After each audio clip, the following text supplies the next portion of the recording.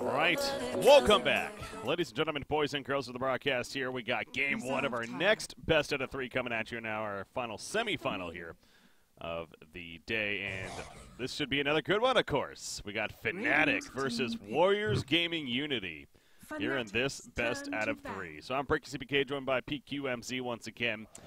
It should be a fun one. I know you, PQMZ, you mentioned you got to watch some Fnatic recently, and it sounded like you had some interesting opinions on the team. Obviously, this is a completely new roster. They're taking some time to get used to one another here. Yeah, that's what it seemed like when I last cast them. They seemed very uncoordinated. But I don't know how long the roster's been together. At that point, it could have been a few days at most. So it takes a lot of time to blend. Lots of people have different ideas, and when you come from so many different teams, it's hard to mesh. Yeah, this team, WG.U and Miracle, by the way, are the most recent additions. They joined at the beginning of this month, joining Febby, and then, of course, Ohio, who's been on the team forever here. So, just to clarify. The other thing I found really weird was DJ was always playing 5 to Febby's 4. And I did not understand it. Don't get me wrong, Febby's a good player, but DJ was like on par with the best 4s in the world. I did not understand why they kept putting him on like these passive warlock heroes. I hope they change that. I really hope they change that. Okay. Well, we'll see. But they decide here because, yeah, it looks like they kind of interchange, if anything, perhaps, depending on what the hero is. But we are going to have a Crystal Maiden so far for them with an Abaddon. But how about the other start? Ursper into a Wisp, by the way. We're going to see a Wisp. We don't get to see this hero too often. No, the SEO teams really don't seem to like this hero. But this feels like an EGS opening. I really like the IO Spirit. It's not necessarily saying too much about their draft either. There's a lot of ways they can go with this. Normally when you reveal your 2 supports, it says a lot, but I feel like you can get away with this a lot easier than most dual support openings. It does put a lot of reliance on their cores, but I just think these 2 supports are still some of the best available. 10 seconds remaining. Well, they're picked up here by WG.U for good reason then. Now the third pick.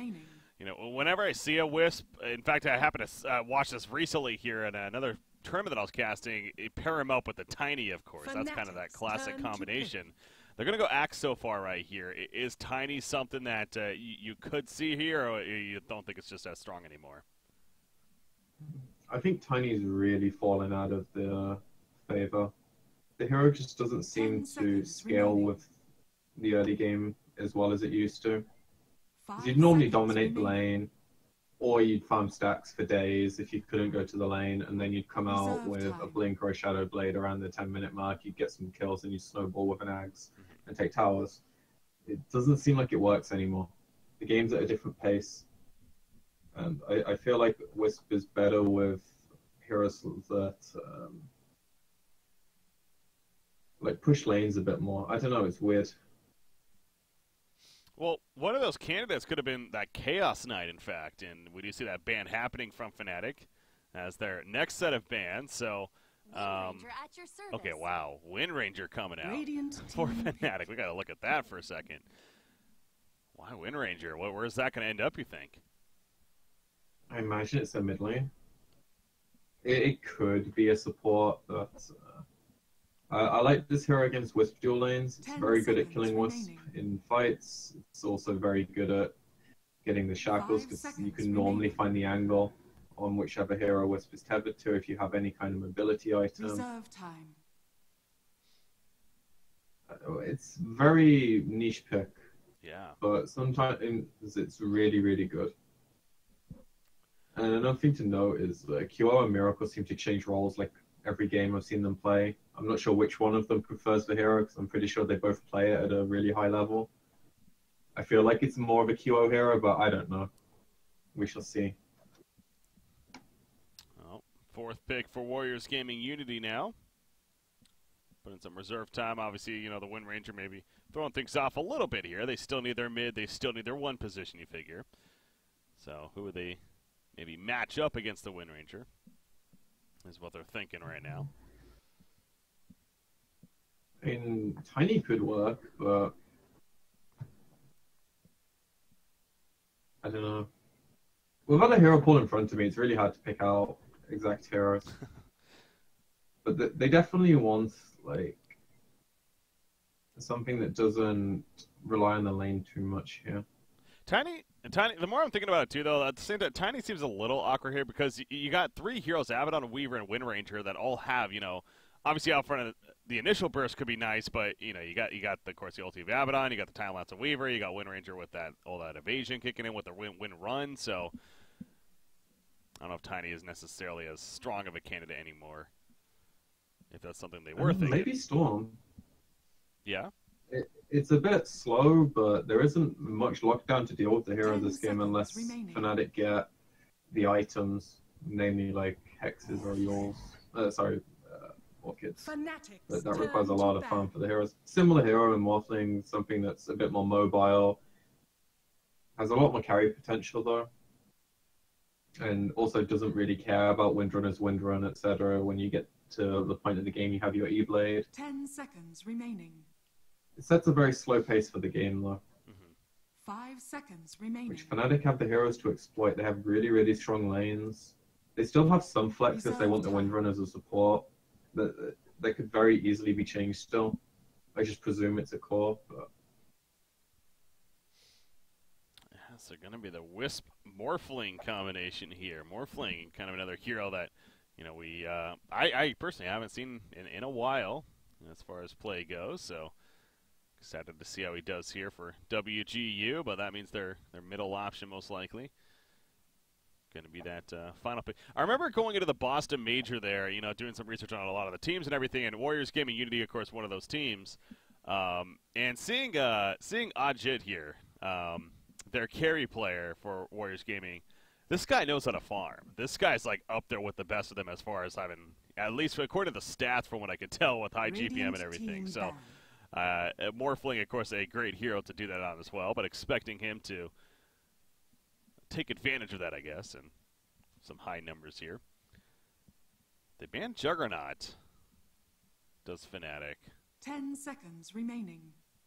Just overall good hero. One thing that Warriors really lack at the moment, though, is like, something to utilize the relocate with, because they've got Axis and Spirit who can both set it up, but relocating a Morphling in is like, it's okay when you're getting like support pickoffs, or Windrunner when she has no items, but I don't know, right now it feels like Fnatic just have so many ways to pressure them. 5 seconds remaining. I speak for the trees. And that doesn't really help that it's a a global strat. Huh. This is kind of the outplay. Nature's Prophet. Where is he going to play? Is he going to be Safe lane, I He's think. going to be the safe lane here, so you got Morphling in the mid? Morphling Wisp mid, and Spirit just moves around. Huh. I think it's a horrible Prophet game. Reserved. Like, Weaver forces you out of the lane on his own. Windrunner gets free shackles off of your trees in teamfights, whether it's the Sprout or the units. The main reason they get it here is because, as I was saying, they have like this problem with their lanes, but this opens up a way for them to split the map, B, a way to have free heroes at any point of the map at any time once relocates online, which is going to create problems for how Fnatic want to play their game. And it's also going to give Morphling some space, because they're not going to feel like playing as aggressively, and if they do, they're going to do it in a more scripted manner. But this is one of the better picks that was available. They have pretty much zero lockdown once Abaddon can shield off the initial silence, and Ember can just go mad now. It does put Windrunner as a support, though, which I don't think is an issue.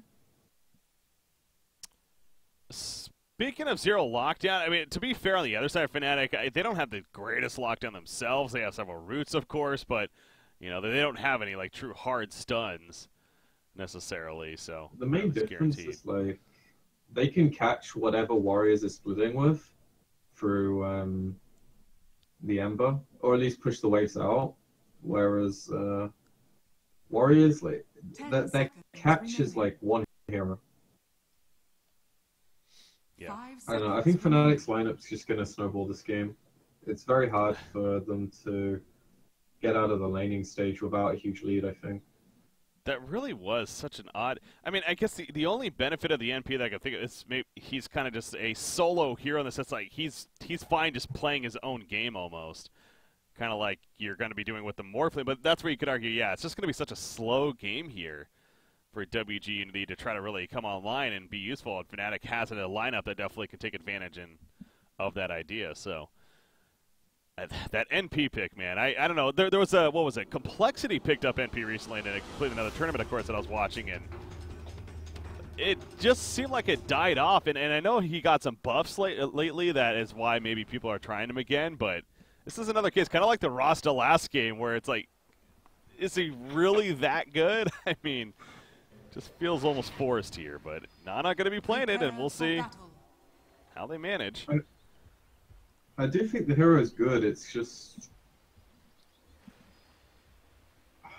I really don't know how to describe it because, like, I'm kind of sleep deprived and I don't want to sound like an idiot. Okay. So I'm trying to pick my words carefully here. But the main problem with their lineup is Morphling is a very static hero for the first 15-20 minutes of the game, depending how good his farm is. He doesn't want to move around the map too much unless it's to get away from people running at him. And he wants to hit creeps. With the luxury of the relocate, he can get involved in a few more kills. That's going to amp his farm a bit. But unless this Axe gets a really, really good start, similar to the one we saw last game, they don't have anyone to set the tempo of the game for them. And the lanes are not easy for them at all. So it just feels like they're very all in on this.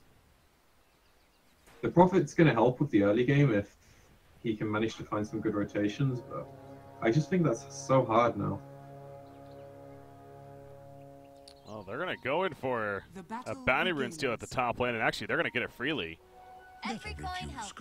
And that's going to be 3 bounty runes for them. Hell, the bottom bounty rune almost not picked up in time by WarriorsGaming.Unity, but eventually going to be picked up by IO, actually.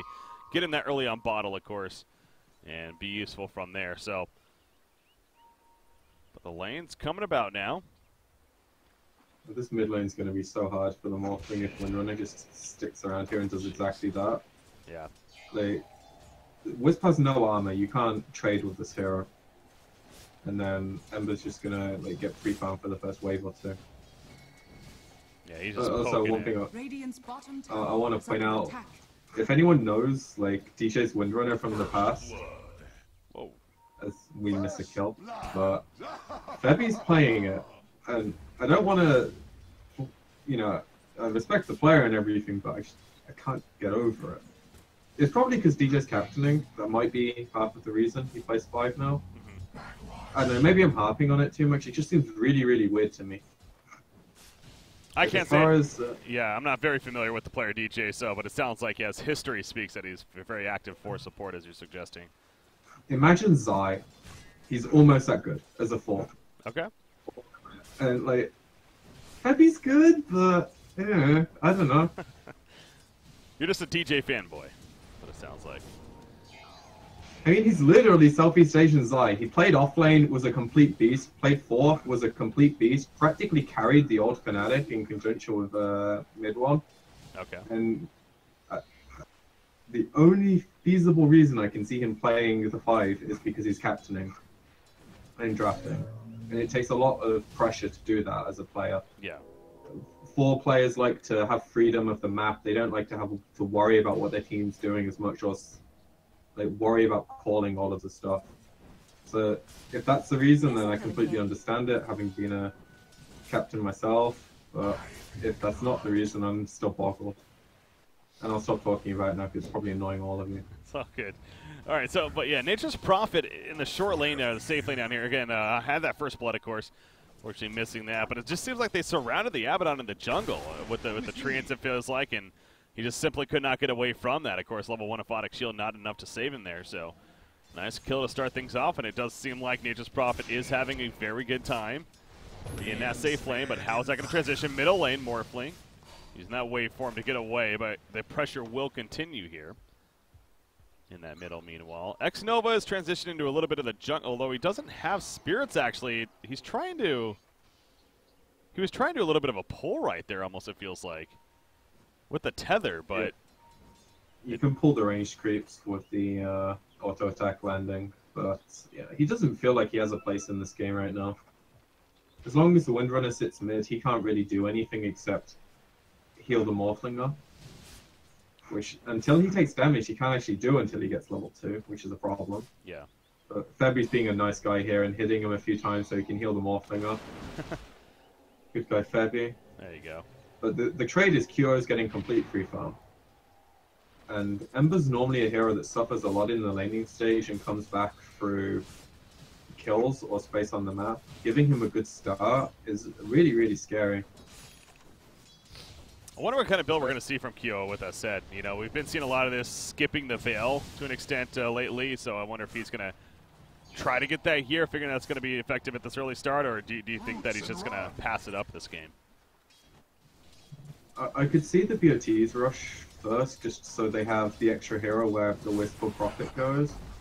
But there's a lot of synergy on his team for Bale this game through both the supports. So I wouldn't be surprised to see him go back for it if he does go with the BOTs first. Wind Ranger protecting the Illusion Rune. He's going to pick it up as he sees Earth Spirit roaming on in, so keep that out of his hands at least. But still remaining with just that one kill so far. Not the most action since then, other than harassment at the top, or the middle lane even. Weaver's had free farm at the top lane. With that said, he's having a great time up here. Also benefiting from that. But Axe, you know, not doing too shabby himself. He's 17-0. He's cleaning out. These were stacked camps, actually. I saw Wisp making that happen earlier. So nice farm for the Axe there. Some good assistance. But IO, he's level 2. It's definitely not really getting the most levels though. You didn't need that. No, he's Radiant's middle playing tower like is the under sacrificial support role of old, where you'd go stack camps, basically accomplish nothing in the laning stage, but give your core something to accelerate off of. Yeah. Oh, top lane. Right now, he doesn't really have a place. Ooh, a shot missing, and Axe should be fine. Yeah, he's good. That was Weaver getting low as well, but yeah, Wisp, he's basically, he actually failed on a stack right there, not to call him out, but I guess I kind of did. He unfortunately failed a stack right there, so. Like, triple stacking's hard now, honestly. Well, he tried. But QO continues to look very good. But yeah, Nature's Prophet, again, what kind of build are we going to see on the NP? That's what I'm curious about. He's got the phase boots, almost 1,000 gold saved up here. So where does he go, you think, with this early farm? As top lane, Weaver could be in trouble. Axe running him down, but no Cooling Blade. And yeah, not even level 6 yet, so never mind. He'll be fine, just harassing. But Nature's Prophet, what do we think? Okay, well, because of that small delay, we can see he's queued up a Midas. But normally you go Wand, Drum, or Midas into... This game, Orchid's got a lot of value. Dire's top tower is under Abaddon's attack. kind of annoying because he can take it off, but you're not the only hero on your team. You can coordinate quite a lot of stuff through it. Shadowblade Every coin helps. is probably the other option. Unless he wants to go for the Ag Doctrine Refresher thingy build, I presume he goes Orchid or maybe even a full Silver Edge after the Midas. Yeah. We shall see. Just like normal fighting items, you kind of play the hero as a hard one. He gets a lot of base damage early. It's really nice. I think the hero's almost in a good spot. It's just the metagame doesn't particularly favor him right now. Or at least teams haven't found a way to incorporate him in like an advantageous way. Which is a shame. Well, I'm not trying to show that he can be used this game. And again, he's going to have some good farm early on. You want to hand him Midas as mentioned to start things off here. Sierra Spirit's been hanging around this area, scouting it out near the Ancients and the Shrine, but waiting for perhaps Q.O. to come back to the middle. Eventually he comes back, but Earth Spirit was already out of position at that point, so instead he's going to kind of bully the Ember Spirit here, make a point that he's here, but leeching experience at the same time, so again, you have to be a little bit careful about spending too much time here. Not getting anything out of it. Bottom lane.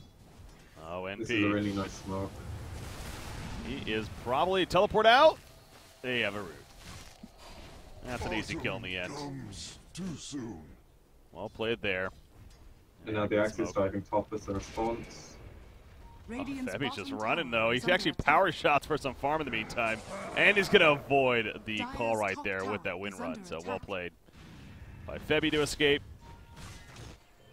As the pressure continues bottom, and yeah, he ports out safely. So bottom tier 1, it's dropping right here. They popped the fortification, but I don't know if they're actually going to even react to it in the end. I'd be surprised if they don't. It's they're coming a really bad power to let them fall. All the treants created. Earth Spirit's here, as is the IO. Again, not the most damage. So they will at least stall the push, but that tower is damn low. And now with Q.O. coming down here, though, they have this huge numbers advantage. If they don't get out, they could very easily just like lose a few heroes on the tower. They're going back in onto the MP. Ember Spirit following up with the remnants. Here we got Axe porting in, though. Gonna try to assist in time.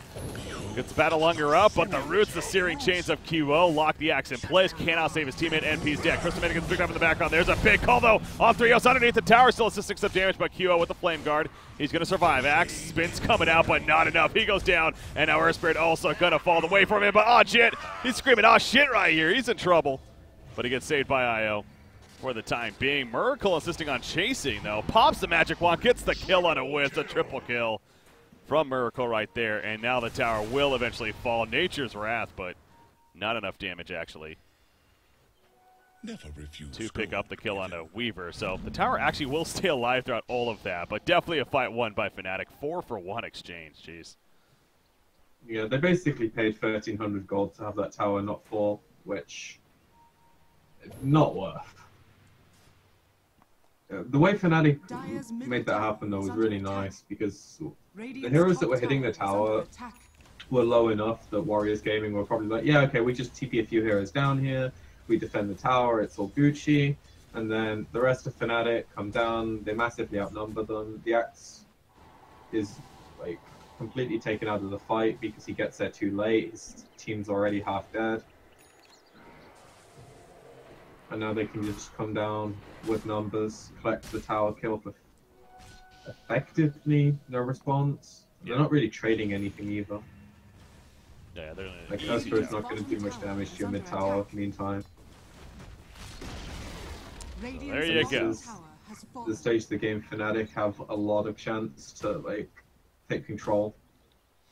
Yeah. The heroes are very fight happy at this point. They're not really relying on too many items either. Their spells just do a lot more at this stage of the game, and if they can hit them and take advantage of that, Warriors Gaming will just have to chill until this Axe gets his blink. This'll come in handy. It should come at around the 13-14 minute mark if he doesn't die. And his Prophet doesn't take his jungle away from him. Oh, Prophet doing that right now. Hey, he needs his own farm, so he's trying to get my Midas, dude. Screw your blink. Midas, exactly. Yeah, it might be the game-winning item, but I need my GPM, man. The greed is definitely real on this Radiant side. I mean, that goes to their draft as a whole, but yeah, the Midas on Nature's Prophet. You got more Flang. It's obviously going to take a bit of time before he's going to be a threat in this game necessarily. Io's trying to get level 6 ASAP. He's getting there. He's 5.5 now, actually, soaking up some experience middle lane.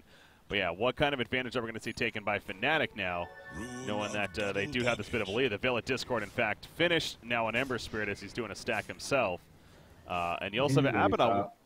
Yeah, he is definitely looking good. Abaddon, by the way, going the hand of Midas himself, too. So he's trying to get his early farm tool. I'm surprised he's going Midas, but you normally see like a small item into Radiance. You can play a lot of different ways, I suppose. I guess the Vlad's is maybe something else that we've seen as well as a possible pickup, but would the Vlad's really be good this game? Maybe what he's thinking. So synergize that well with the heroes. Yeah. Oh, top lane. Kangaroo Your has to place. bounce on He's out of here. dead. I'm all over the place. Axe goes down. Yeah, no chance for him. Can't get away from those shackles. And that's the cue for Warriors to bail from the tower, push bottom instead. But Febby's already on the deep push.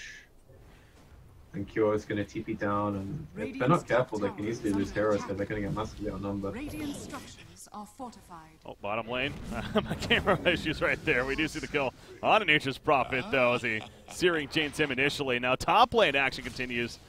Jid up here to defend with the Earth Spirit, but again, they're down one. Nature's Prophet up for another 20 seconds. However, numbers for Fnatic, they're not all here by any means. And Ohio on Abaddon, he'll fall back. Yeah, at least with the next group wave coming up with Weaver being here, but don't think they're going to commit, or they shouldn't commit at least. As, yeah, they will fall back. But QO just continues to get further and further ahead with that net worth, 5,400 now. Again, with the Veil, perhaps going to get those bots next. With that, Unless he feels like going Blink, that's the obvious answer. It's just... It's a dream Ember game. Being top of the net worth, being able to get involved in kills, have a lineup that can also like just enable you to go in. Like, it's one of QO's better traits as a player. When he can play aggressive, he really pulls off like amazing plays. Nature's Prophet. Nice play. Radiant's bottom tower That poor is guy under attack. can't even go to the lane.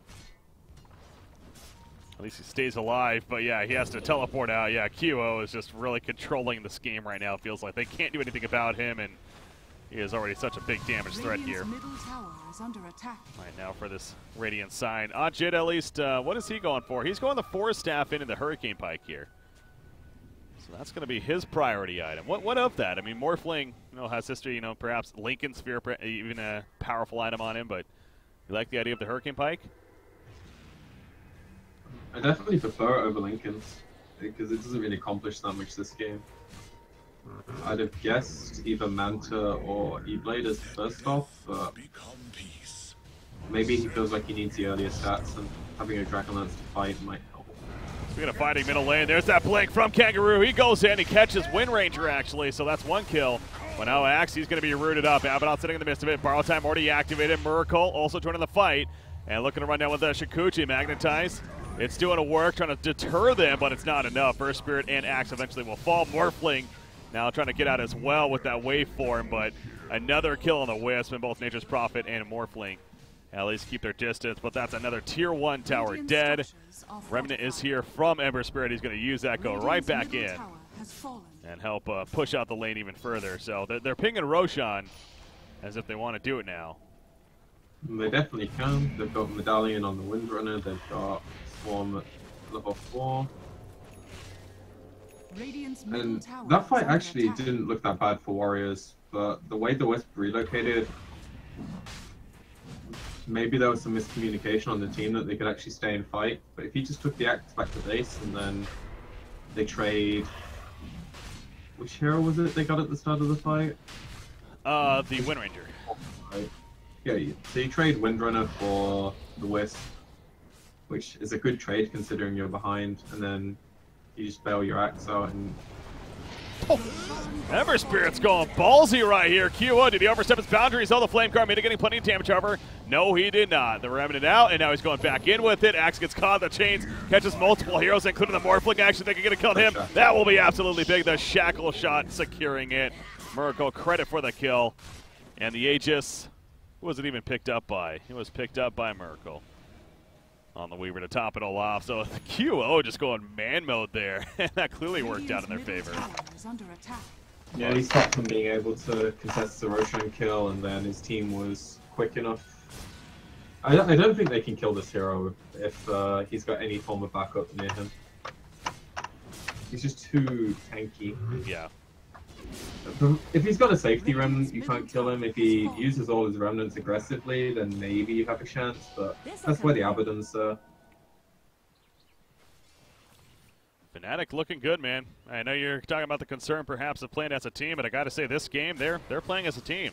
They're looking Radiant's top tower clearly is looking under like they've been attack. practicing, and obviously they're here in the semifinals in the first place, and right Dire's now in a bottom good tower spot is to under attack. try to go for a 1-0 lead. I know it's still earlier on in the game, only 17 minutes, but They have a lot of momentum. Nearly a 10,000 net worth lead. Weaver with that Aegis, almost a 10,000 experience, of course.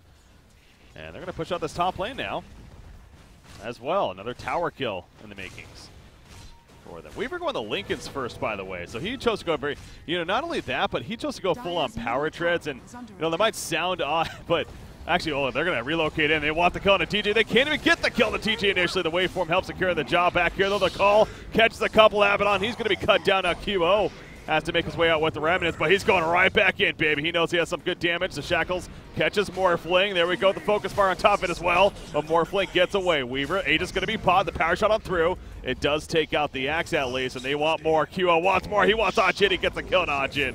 As a result, Emperor Spirit will at least make his way out. And Nature's Prophet pushing bottom tower. Or bottom lane even. Meanwhile, so it's a decent start for Warriors Gaming Unity, but it didn't end so well. It went better than I thought it would for them. The Axe got a nice call, managed to burn the Aegis. But they just don't have the follow-up damage right now.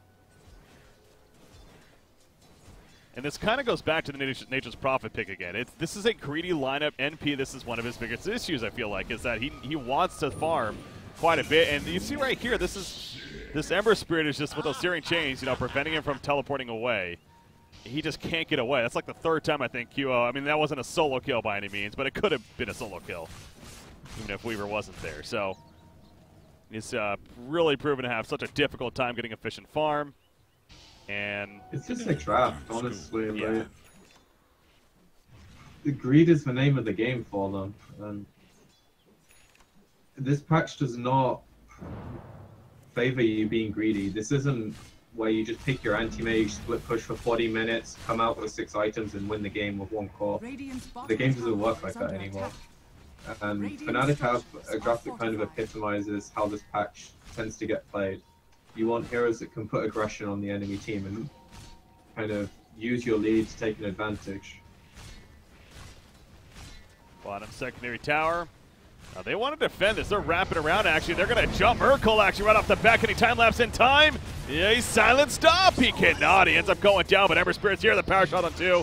And Axe is now rooted up himself. Again, Morphling gets here, but he is already low on life, so they take out Weaver. But it comes at a cost of the counter kill onto Axe and probably Earth Spirit.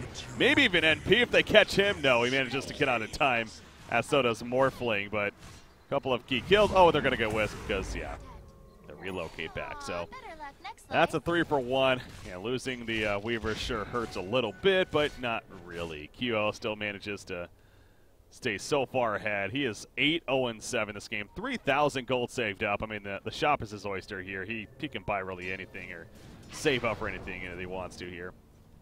And they're hunting Nana again. This guy's like, okay, yeah, that's not going to work, though. This has no chance.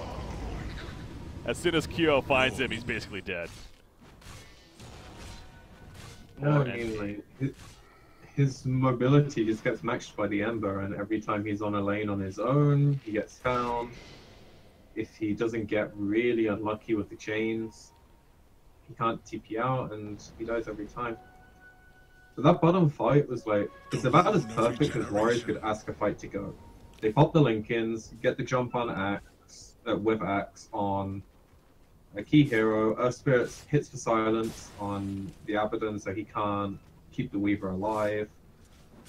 And it went about as well as you could have expected it to, and they still lose like 3 heroes and the tower. It's just a bit too late. They're far ahead, or the Fnatic that is far ahead, and in the case of that 15,000 net worth and experience lead. Really, middle lane, Ohio. He's fine. I mean, he has borrowed time. Worst case. He's creating space. Yeah, as they say. Speaking of that, bottom. They can't go. Morphling's on the run. I think Morphling may die at the bottom lane. Meanwhile, in the middle lane, they are going to initiate. Merkel going in the back lines. There's a relocate on an Axe. Nope, never mind. Didn't actually save him. He ends up dying anyways. And Nature's Prophet now on the run as well. At least Morphling got away, but QO, he's now joining the fight. Or looking to get in here. And there we go, IO. Can he tether it away in time? Nope. QO's like, you ain't going nowhere. Down goes IO, and now Earth Spirit also in trouble. They just cannot run away from them even deep in their base. A tier 3 tower push.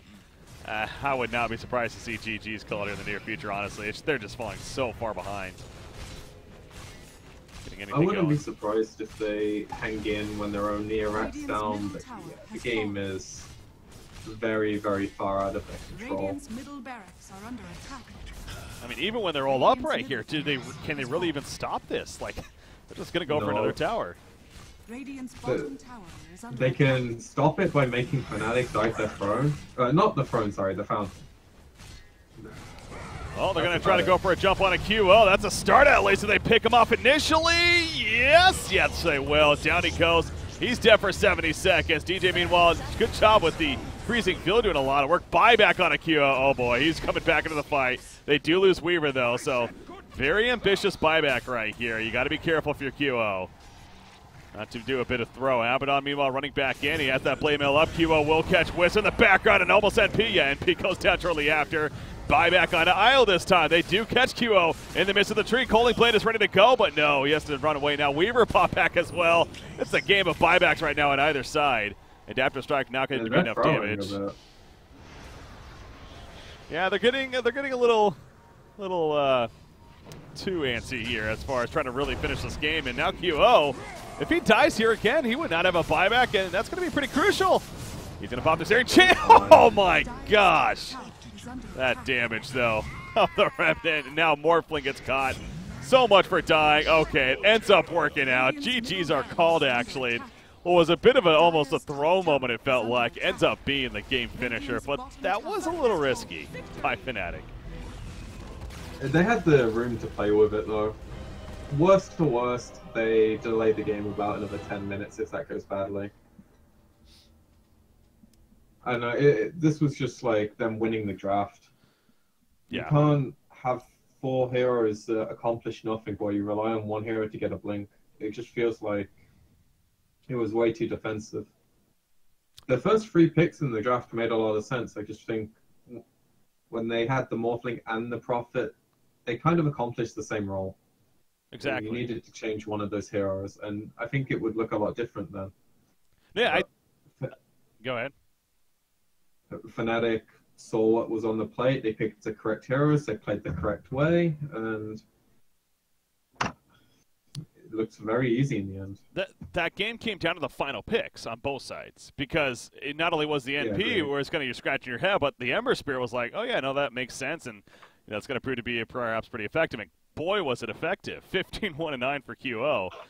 Nature's Prophet, he just struggled the whole game. He just had basically no impact, especially not the impact that you hope for when you pick up such a hero in the Nature's Prophet. And yeah, just too much greed was definitely the name of the game there for Warriors Gaming Unity. So, ladies and gentlemen, we're going to go to game number 2 now, obviously, but a 1-0 lead for Fnatic. Quite the statement game from them. We'll see, though, if the draft kind of tunes things up here in game 2, or Fnatic can just sweep the series and move on to the finals, where, again, we have Clutch Gamers currently waiting by, and that will be taking place tomorrow even. So, anyways, guys, stay tuned. Game number 2 going to be coming up next. We'll be right back here on the broadcast.